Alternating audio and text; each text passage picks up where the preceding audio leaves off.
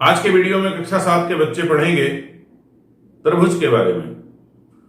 त्रिभुज के बारे में मैं बहुत विस्तार से बता चुका हूं कि त्रिभुज क्या होता है। 3 भुजाएं होती हैं, 3 शीर्ष होते हैं, 3 अंतः कोण होते हैं और त्रिभुज भुजाओं के आधार पर उनका नाम रखा जाता है, कोणों के आधार पर उनका नाम रखा जाता है। इकाई 5 चैप्टर 5 इसका नाम ही है त्रिभुज, इंग्लिश में कहते हैं ट्राइंगल। आज हम जिस चीज के बारे में पढ़ेंगे उसका, इस अभ्यास में जिस चीज के बारे में पढ़ेंगे उसका नाम है त्रिभुज की माध्यिका। माध्यिका अपने नाम से शो हो रही है कि माध्यिका होती क्या है। मध्य बिंदु से खींची गई रेखा माध्यिका, लेकिन वो खींची कहां गई हो? त्रिभुज के शीर्ष से सम्मुख भुजा के मध्य बिंदु पर। अभी आपको बहुत विस्तार से बताएंगे माध्यिका के बारे में और फिर आपको लगवाएंगे आपकी अभ्यास शुरू करने से पहले जो बताने वाला जरूरी मसाला होता है वो ये है आपके सामने व्हाइट बोर्ड पे लिखा है। आप इसे अपनी कॉपी पे नोट कर लेंगे क्योंकि ये वो महत्वपूर्ण चीजें हैं, वो महत्वपूर्ण तथ्य हैं जिनसे अभ्यास आगे चलती है। जब तक आपके पास ये तथ्य नहीं होंगे, ये बेस आपको नहीं पता होगा, आप अभ्यास में आगे लगाएंगे कैसे? कुछ नहीं कर पाएंगे। ये आपको रखना पड़ेगा अपने साथ, लिखना पड़ेगा कॉपी पे। एक कंठस्थ होना चाहिए, याद होना चाहिए। गणित आपके जीवन में रोजमर्रा की जिंदगी में काम आने वाला अति महत्वपूर्ण विषय है। लगातार हमारे साथ जुड़ के पढ़ते रहिए। आइए हम चलते हैं अभ्यास की तरफ। इकाई 5 नाम त्रिभुज, अभ्यास 5C। आज की पुस्तक के पृष्ठ संख्या 121 पर त्रिभुज की माध्यिका क्या है? लिखा है त्रिभुज के किसी शीर्ष से उसकी सम्मुख भुजा के मध्य बिंदु को मिलाने वाली रेखा माध्यिका कहलाती है। सामने आपके एक त्रिभुज बना है ABC। अब इसका मध्य बिंदु ये है, इस रेखा AC का मध्य बिंदु ये है, रेखा BC का मध्य बिंदु ये है। शीर्ष ये A शीर्ष के सामने की भुजा कौन सी है? BC है। B शीर्ष ये है, इसके सामने की भुजा AC है। बिंदु C ये है, इसके सामने की भुजा AB है। A से सामने भुजा ये BC के मध्य बिंदु को मिलाने वाली ये जो हम रेखा खींचेंगे, यही रेखा हमारी क्या कहलाएगी? माध्यिका कहलाएगी। ठीक इसी प्रकार जब हम C से C के सम्मुख भुजा AB के मध्य बिंदु से C को मिलाएंगे तो ये जो रेखा खींचेगी वो क्या कहलाएगी? माध्यिका ये।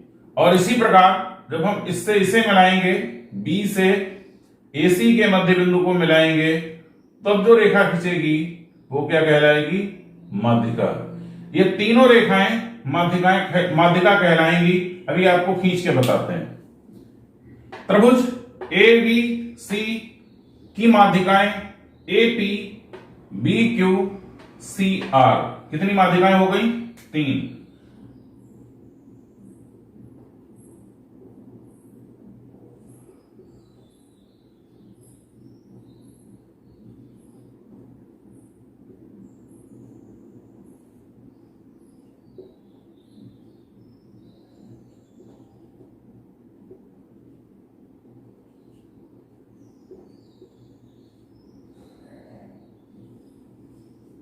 इस त्रिभुज के अंदर त्रिभुज की माध्यिकाएं AP, BQ और CR, 3 माध्यिकाएं हो गई।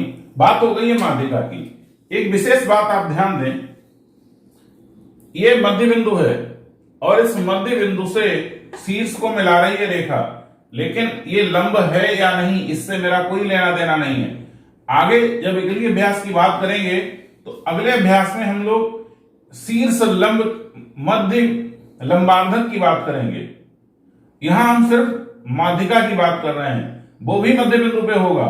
यहां पर कुछ अलग है और अगले अभ्यास में कुछ अलग होगा, इसलिए आप कुछ ध्यान से आप समझ लें। यहां और यहां पर कौन सा कोण बन रहा है इससे मेरा कोई लेना देना नहीं। मेरा लेना देना इस बात से है कि रेखा AC का यह मध्य बिंदु है या नहीं। दूसरी बात पे आते हैं। दूसरी बात, माध्यिकाओं की विशेषताएं क्या है? माध्यिका की क्या क्या विशेषताएं हैं देखिए आप। त्रिभुज के तीनों शीर्षों से खींची गई माध्यिकाएं त्रिभुज के अंदर एक बिंदु पर एक दूसरे को काटती हैं, अतः माध्यिकाएं संगामी होती हैं। देखो इन्होंने एपी, बीक्यू और सीआर इन तीनों ने जिस बिंदु पर काटा उसका नाम रख दिया हमने जी, इस बिंदु का। चूंकि एक बिंदु पर तीनों एक दूसरे को काटती हैं तो इसलिए ये संगामी है और हमेशा त्रिभुज के अंदर काटेंगी, बाहर नहीं काटेंगी। दूसरी विशेषता यह है संगमन बिंदु ही त्रिभुज का केंद्रक होता है। केंद्रक को जी से लिखते हैं। जहां पर तीनों रेखाएं एक दूसरे को काटेंगी वही त्रिभुज का केंद्रक होगा। केंद्रक का मतलब, केंद्रक होता क्या है, इसे हम कभी कभी जब हम फिजिक्स पढ़ते हैं तो हम इसे कहते हैं CG, centre point of gravity. यहां पर जहां पर पूरा संतुलन किसी भी आकृति का, वस्तु का, बिंदु का केंद्रित होता है वही केंद्रक होता है। यह सेंटर पॉइंट है, संतुलन बिंदु है त्रिभुज का, इसी को केंद्रक कहते हैं। अभ्यास के अंदर 3 प्रश्न हैं। पहले 2 प्रश्नों का समस्त उत्तर इसी लिखे हुए मटेरियल से है। अभ्यास 5C के पहले प्रश्न की तरफ है और पहले प्रश्न में आपसे रिक्त स्थानों की पूर्ति करवाई जा रही।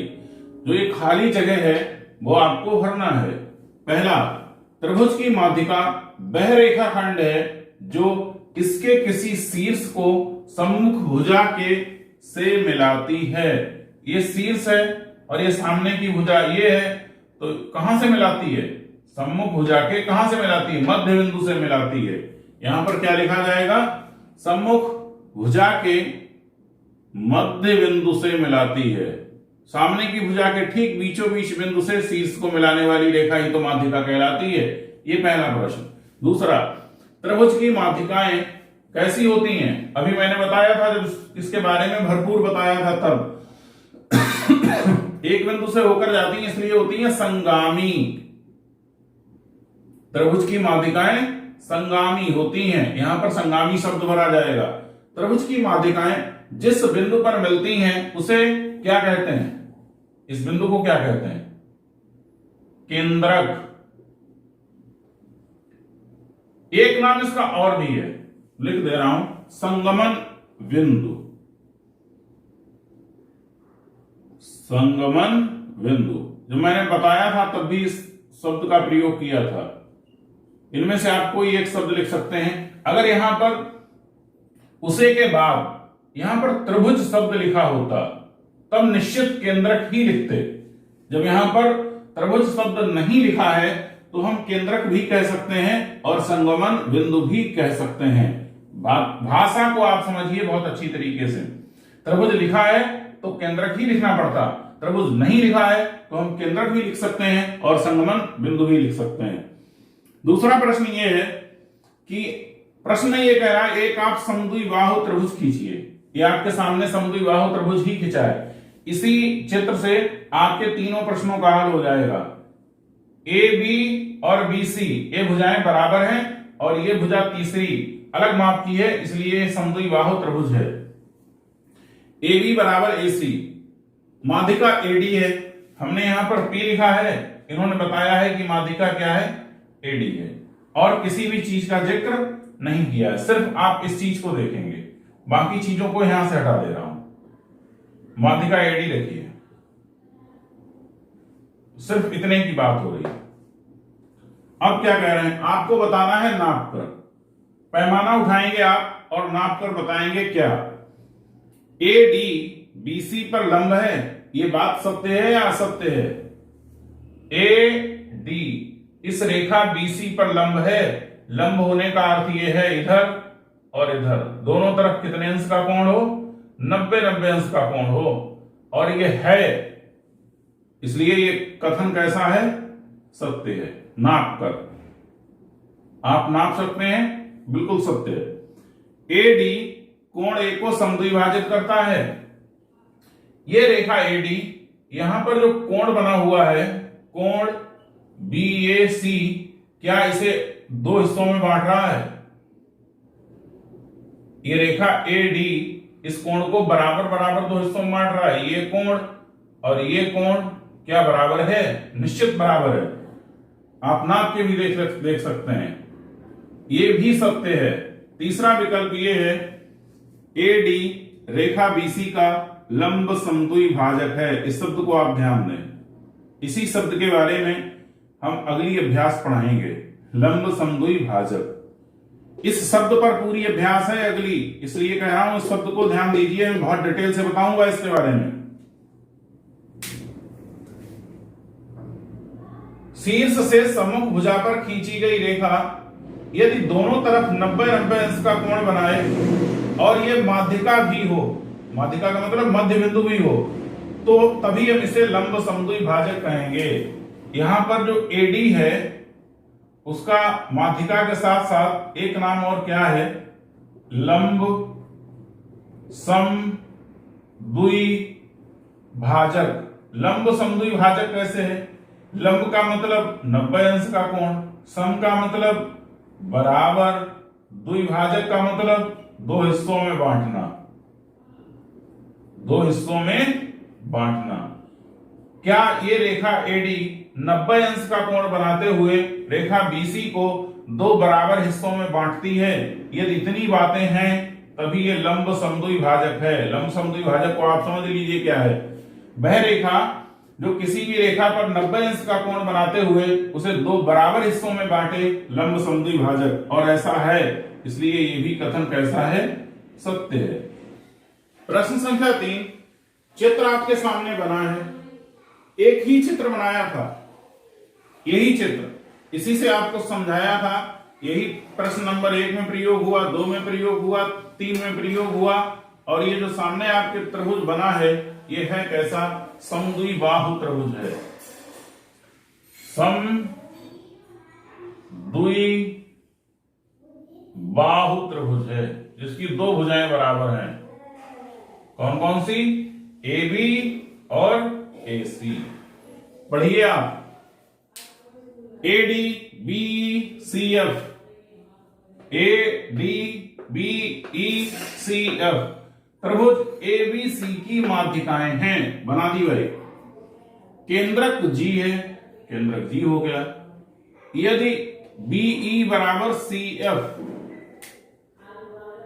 BE बराबर CF,